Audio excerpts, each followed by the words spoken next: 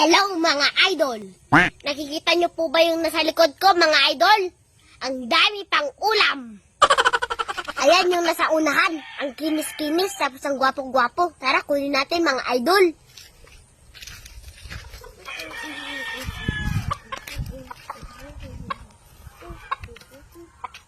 Joke lang mga idol. Hindi yan.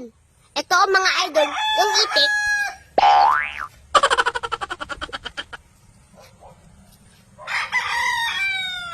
Adobo sa gata, mga idol. Solid to. Wow! Siya ang leader na nagsabi ng kwak, kwak, kwak, kwak, kwak. Lutuan na, mga idol. Let's go! Paalam, Donald Duck. Sa ngayon, mag-hotbat ka na muna. Sana all nagre-relax. Hala, gusto niyo maging itik. Fast forward. Tanggalin na natin lahat ng balahibo. Gusto ko yung malinis na malinis. Sabi ng iba, maanggo daw ang itik. Depende yan sa nagluluto. Napakasarap kaya ng itik. Huwag kayo puro nokod. Tulungan niyo ako. Joke. Walang torch. Kaya na ipasubo si paring Gasol. Okay na, baby. Lalamasin pa yan ng asin, tapos babanlian ng suka. Tapos, ready for katay na.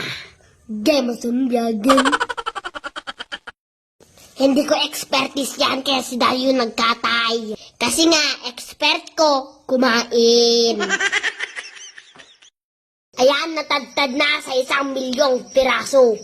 Nakahanda na rin ang lahat ng mga ricado. Maggisa tayo ng bawang, sibuyas at luya. Sabay-sabay na yan, walang kaartihan. Ilagay na natin ang karne ni Donald Duck. Ayan, ate, sangkotsa lang natin yan, mga idol. Mga 5 oras na mekos-mekos. Lagyan na natin ng onting bitchin, dahon ng laurel at paminta. Pangpalasa. Tansyahan sa paglagay ng toyo, baka mapaalat. Isabay na rin natin ang suka para sabay-sabay na mga idol.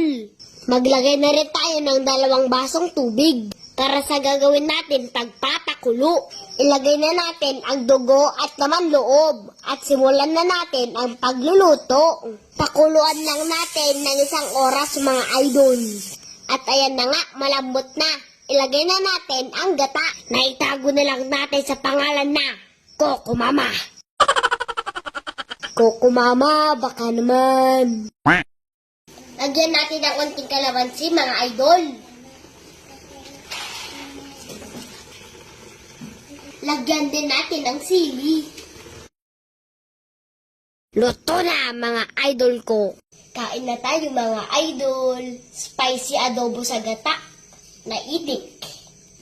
Napakabango. Kain na tayo mga idol. Ano pa nga ba? Kibugan na.